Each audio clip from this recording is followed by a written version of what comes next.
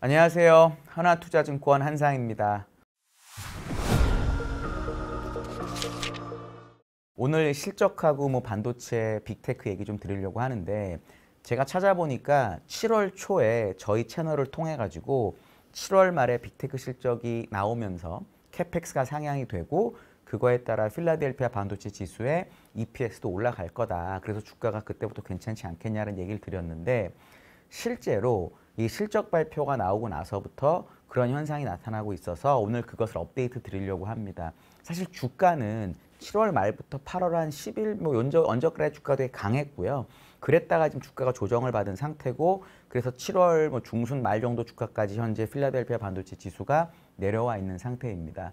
저는 장기적으로 보면 결국 이 AI라고 하는 이 아주 큰 테마가 옛날에 인터넷 이런 정도의 장기적인 추세로 보고 있기 때문에 이게 반도체 수요를 앞으로 자극할 거고 그렇기 때문에 미국의 반도체 업종에 대해서 긍정적인 뷰를 가져가야 된다는 생각을 여전히 가지고 있습니다. 요거에 대한 논리를 조금 강화하는 쪽으로 말씀을 드려보도록 하겠습니다. 먼저 전체적으로 2분기 실적을 좀 말씀을 드려야 되는데 특징이 하나 있습니다. 2분기 실적 좋았습니다. 사실 미국의 S&P나 나스닥은 지난 한 2, 3년 동안 분기 실적이 나빴던 적이 없습니다. 항상 발표한 회사의 몇 퍼센트 이상이 실적을 잘 내고 이렇게 나왔었거든요. 이번에도 마찬가지였고 특히 이번에는 정보기술 업종이 서프라이즈도 가장 크고 가장 많은 회사가 냈었습니다. 그럼 뭐가 달랐냐, 뭐가 특징이었냐라고 보면 사실은 지난 1년 동안 미국 기업들의 실적은 계속 좋았었는데 애널리스트들이 실적 추정치를 계속 하향 조정하고 있었습니다. 실적이 잘 나왔으면 실적이 이번 분기 잘 나왔으니까 다음에도 잘 나올 거야. 그러니까 앞으로 실적이 올라가야지 라고 생각해야 되는데 추정치 추이를 보면 계속 빠지고 있었거든요. 특히 지난 4월, 5월에 1분기 실적 발표 때는 실적이 꽤 괜찮았거든요. 근데 애널리스트들이 추정치를 많이 낮췄습니다. 이익 수정 비율도 떨어지고요. 왜냐? 그때는 관세에 대한 우려가 너무 컸었죠. 그러니까 물론 4월 9일에 다시 관세를 유예해주고 분위기가 바뀌긴 했지만 그리고 한 2, 3주밖에 변하지가 않은 상태였고 어떻게 관세를 매길지 몰랐기 때문에 실적이 잘 나왔음에도 불구하고 관세 효과를 반영하면서 실적을 낮췄었던 거죠. 그리고 지금은 이제 금리 인하도 곧 될 거라는 기대까지 녹아있다 보니까 실적 추정치가 꽤 상향이 되고 이익 수정 비율이 올라갔던 거죠. S&P 500 같은 경우에는 8월에만 2% 정도 실적 추정치가 상향이 됐고요. 나스닥 같은 경우에는 3% 정도 실적 추정치가 상향이 됐습니다. 이게 25년만 상향된 게 아니고요. 26년, 27년까지 상향이 됐기 때문에 확실히 애널리스트들이 느끼는 분위기는 바뀌었다. 보통 우리가 주가를 전망하거나 할 때는 실적 추정치가 상향 조정되기 시작하고 어느 정도 유지가 되면 밸류에이션이 조금 비싸더라도 주가가 나쁘지 않다라고 보는 분들이 많거든요. 저는 여전히 S&P 500 상단을 지금 6,500으로 생각을 하고 있고 주가가 요즘 조금 조정을 받아서 한 6,300 정도 되긴 하는데 시간이 지나면 지날수록 그러니까 내년으로 가까워질수록 내후년으로 가까워질수록 EPS가 올라가기 때문에 밸류에이션이 올라가지 않는다고 하더라도 주가가 우상향을 할 수 있는 그런 그림이 되는 거죠. 그러니까 8월, 9월에 역사적으로 주가가 많이 빠졌었기 때문에 조정에 대비하고 현금 일부를 가져가는 건 맞지만 큰일 날 것처럼 또 시장에서 말을 많이 하거든요. 이런 부분에 대해서는 우리가 조금 조심할 필요가 있겠다라고 생각을 합니다. 이제 빅테크 얘기 드리려고 하는데 빅테크 기업들 S&P가 좋았으니까 빅테크 기업 실적이 나빴을 리가 없죠. 테슬라 정도 빼고는 다 괜찮았습니다. 근데 주가 반응은 막 갈렸는데요. AI 전략이 얼마나 구체적이냐, 그리고 이 AI 전략으로 얼마나 실적을 잘 냈냐, 그리고 가이던스가 어땠냐에 따라서 사람들이 아주 다르게 평가를 해줬습니다.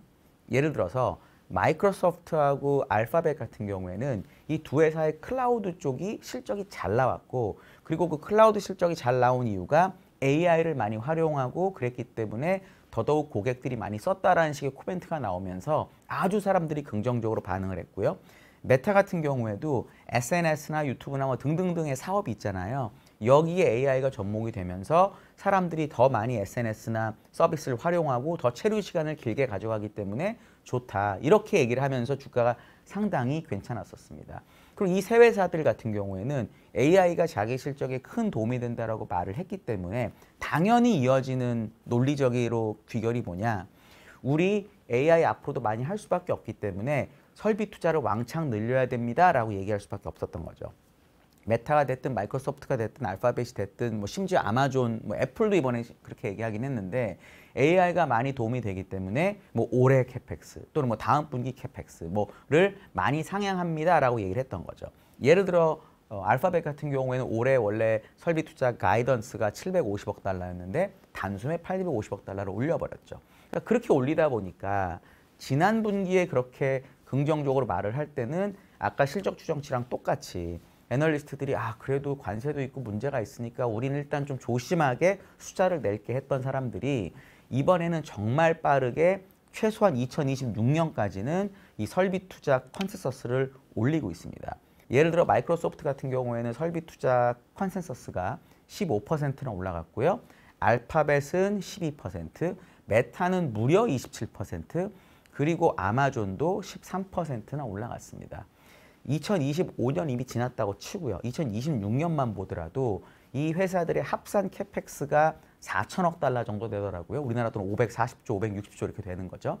증가율도 물론 올해 증가율이 40%대라 그만큼은 나오지 않지만 7월 초에 얘기 드릴 때만 해도 2026년 이 캐펙스 증가율이 5%, 6%였거든요.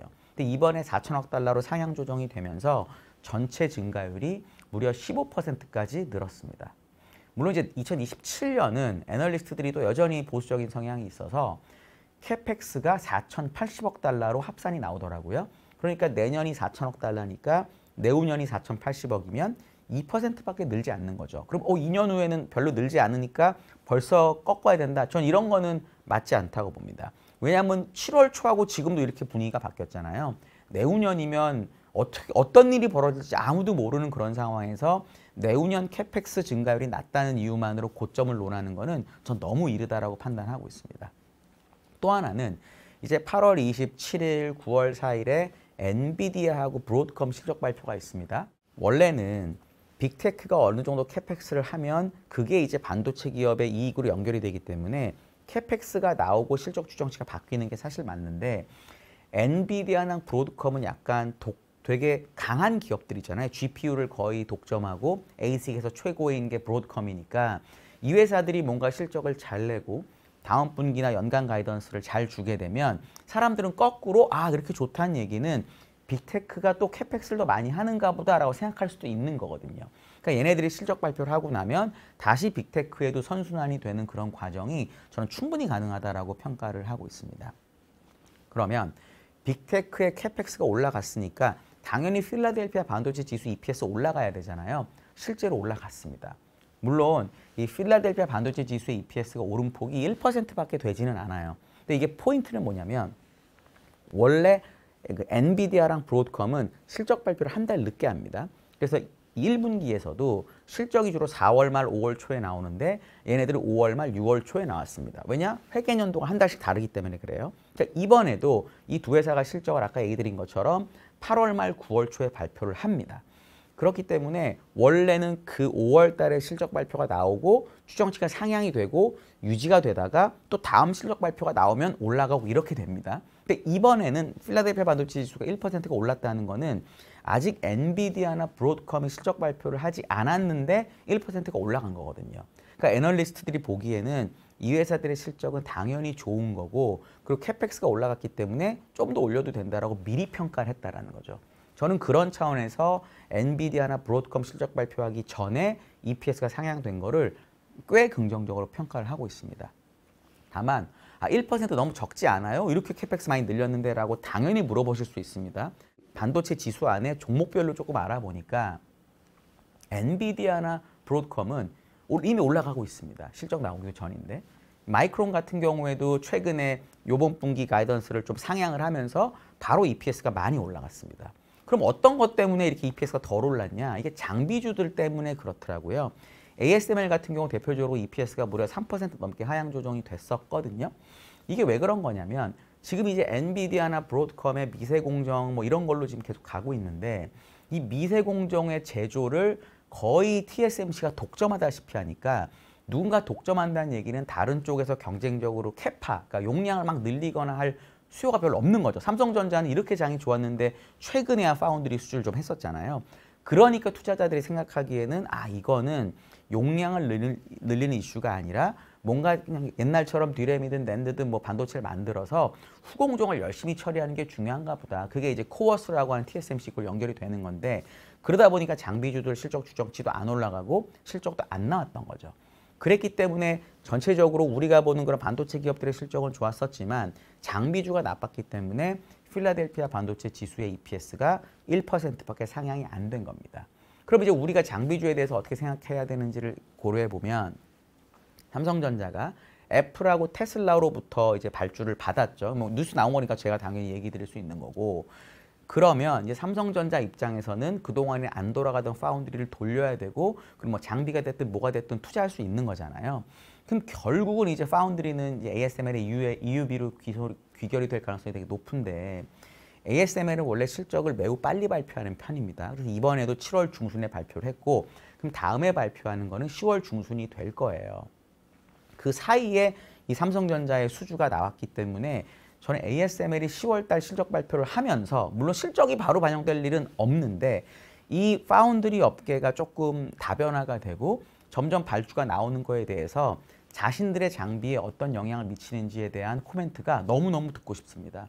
어떤 말을 할지는 모르겠고, 이거 뭐 외국 회사, 네덜란드 회사잖아요. 이 회사에서 그 중간에 무슨 말을 해줄 리는 만무하고요. 절대로. 그러니까 결국 실적 때나 행사 때 얘기를 하게 될 텐데, 그걸 기다리려면 거의 뭐 이제 2달 가까이 남았으니까 그 기간에는 뭐 장비주의 실적이 갑자기 올라갈지는 제가 잘 모르겠어요. 근데 하지만 이제 실적 발표를 가장 먼저 TSMC랑 ASML이 하는데, 그때 이제 나오는 거냐, 어떤 영향이 있느냐에 따라서 장비주의 주가에도 실적에도 영향을 미칠 거다라고 저는 개인적으로 보고 있습니다. 오늘 이제 제가 7월 초에 얘기 드렸던 거 업데이트를 좀 드렸는데, 요거에 대해서도 좀 질문이나 뭐 의견 있으시면은 댓글 달아주시고 제가 항상 답변 드리도록 하겠습니다. 감사합니다.